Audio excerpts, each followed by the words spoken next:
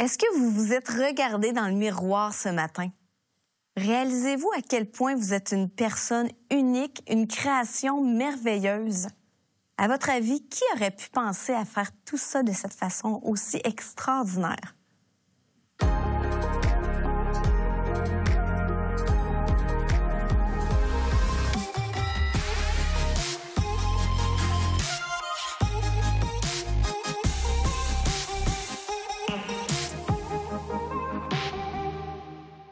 Bienvenue à l'heure de la bonne nouvelle. On poursuit notre série « Si tu connaissais celui ».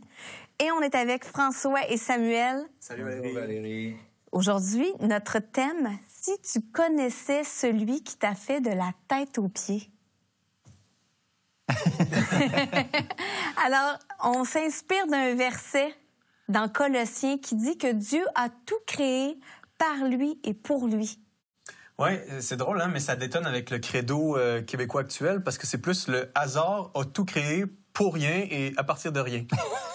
Parce que c'est vraiment ce qui est enseigné comme doctrine philosophique dans les cégeps, dans les universités. Nous sommes le sous-produit accidentel d'une évolution indifférente qui n'avait aucun but. Et le seul but supposé de l'être humain serait d'assurer sa propre survie et à la limite la survie de son clan. Mais bon, on s'entend entre vous et moi qui avait été parents, si on assurait notre survie, ne serait-ce qu'une seule journée, on n'assurerait pas nécessairement la survie de notre clan par après.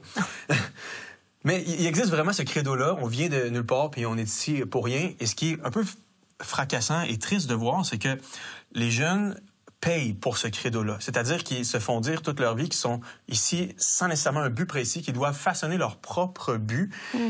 Et pour pouvoir me promener dans plusieurs jeunesses du Québec et avoir plusieurs conversations sur les réseaux sociaux avec les jeunes, je réalise qu'il y a vraiment un vide existentiel et une soif existentielle immense. Tu sais, même leurs parents qui ont rejeté la foi chrétienne sont restés dans un cadre de vie, une vision du monde judéo-chrétienne avec des valeurs assez conservatrices. Mais ces jeunes-là ont été élevés avec ces credos-là. Tu viens de nulle part, tu es ici pour rien, mais ils en payent le prix pratique de ça. Ouais. Et une des preuves, c'est les chansons, c'est la culture populaire.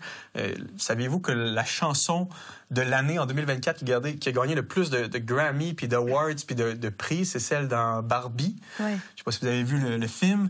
C'est une chanson qui vient de Billie Eilish et ça dit « J'avais l'habitude de flotter, maintenant je ne fais que tomber. J'avais l'habitude de savoir, maintenant je suis plus sûr, maintenant je sais pas pourquoi j'ai été fait, je sais pas pourquoi ai-je été fait. » Et ça, c'est ce qu'on entend, c'est ce qu'on chante, ça devient comme le credo plus ou moins avoué, mais en fait, c'est comme ça au fond, là. C'est ça, la nouvelle génération, en fait. C'est un peu le cri du cœur. C'est ça. Mais c'était de la jeunesse, oui. Ouais, une incertitude qui est maintenant louée et louangée. On ne sait pas pourquoi on vient au monde, on ne sait pas qu'est-ce qu'on vaut. Ouais. Bon, écoute, moi, là, si tu veux avoir l'opinion des gens, ben comme à l'habitude, à chaque émission, je vais dans la rue et je pose la question. Et là, j'ai posé la question à savoir, est-ce que notre corps est simplement un amas de choses physiques, un amas de matière? Alors, si vous voulez bien, ben on écoute ça ensemble, puis on revient après. Ça va être bon. La matière, ouais, c'est une chose. La spiritualité, c'est autre chose. Fait que, ouais, effectivement, on est autre chose que juste un corps, là. On a tous une âme. On n'est pas juste un amas de choses physiques. Je pense quand on n'est plus là, après, il y a une petite partie de nous qui reste quand même. Je vais être franche avec vous, aucune idée. Aucune idée, parce qu'on ne sait pas s'il y a la vie après. Est-ce que notre corps, après, il disparaît, c'est fini? Aucune idée. D'après moi, c'est juste de la matière, puis ça s'arrête là. Quand tu décèdes, c'est fini après. Mais vous avez pas dit que vous priez que votre frère s'occupe de vous? Oui, ça, je crois à ça, mais pas plus que ça, là. Ben moi, je crois que le corps, il était formé poussière, il va retourner poussière, mais que son âme, elle va rester, par exemple. Moi, je pense que le corps, c'est une enveloppe. Mais la mort n'existe pas pour moi. Il y a toujours l'esprit, la conscience qui dure. Est-ce que vous pensez que votre corps n'est qu'un amas de matière, point à la ligne, puis qu'il n'y a aucune autre valeur que ça? Non. Notre corps, il y a une âme, il y a une conscience, comme vous disiez tantôt, puis dans ma tête à moi, il y a une autre valeur que juste des molécules, là. Ah, ça, moi, ça me dérange pas, parce que le corps n'existera plus, là. Ça va être... c'est comme du linge, là. Tu l'enlèves, c'est l'important, c'est l'esprit, là. Le corps, lui, qu'il soit brûlé ou qu'il soit enterré ou... Non, moi, je crois pas que le corps est très, très important, là. Là, il est important parce que sans ça, on serait pas là, mais...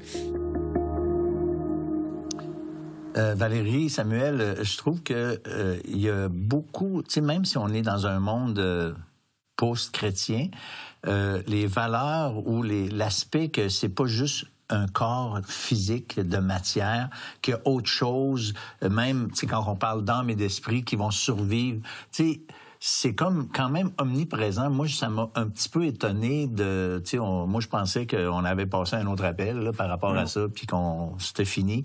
Mais oui, peut-être que les gens avaient un certain âge, là, parmi ceux que j'ai interrogés, mais en tout cas, je trouve ça particulier. On sent une résistance par rapport au fait que on vaudrait autant qu'un pissenlit, un arbre ou un 2x4, une roche. On sent que non, il y a une plus grande valeur attribuée à l'être humain. Et comme tu dis, c'est surprenant dans une culture qui vante tellement le visible, les données empiriques, données scientifiques, ce qu'on peut prouver, toute la philosophie du matérialisme, tout n'est que matière. On fait un grand saut de la foi en disant « Ah non, l'esprit perdure. Ah non, c'est juste une enveloppe. » Ce qui est clairement le fruit d'une vision judéo-chrétienne du monde. Ben oui. L'être humain, matériel et immatériel. Oui, puis ça contraste au maximum avec ce que tu viens de nous dire tantôt dans la chanson là, que tu as citée. Tu sais, moi, ça fait plus de 50 ans que je lis la Bible et je réalise que l'aspect du corps, la valeur du corps humain, physique, même en dehors de l'esprit, de l'âme, là, le corps lui-même a une grande valeur aux yeux de Dieu et impose un certain respect, pour pas dire un respect point à la ligne. T'sais, c'est vraiment quelque chose... parce que la Bible dit que le corps va ressusciter, hein? Alors, tu vas revenir. Tu vas revenir. Et nous, on va revenir après cette pause avec Samuel pour poursuivre la conversation. Jésus nous est présenté comme étant le Sauveur, celui qui peut nous offrir un pardon immérité, mais plus que ça, comme étant créateur. Par lui, tout a été fait. On n'est pas juste ici indépendant, on a été mis sur cette terre pour une raison particulière, pour, avec nos dons, avec notre personnalité unique, avec notre personne qui est unique, rendre gloire à Dieu dans tout ce qu'il est. Tu vaux plus que juste une incertitude, un flou. Tu vaux la vie du Fils de Dieu sur cette croix, mort pour toi. Vous avez des questions ou des commentaires sur ce que vous venez d'entendre? Contactez-nous par téléphone ou réagissez sur les médias sociaux.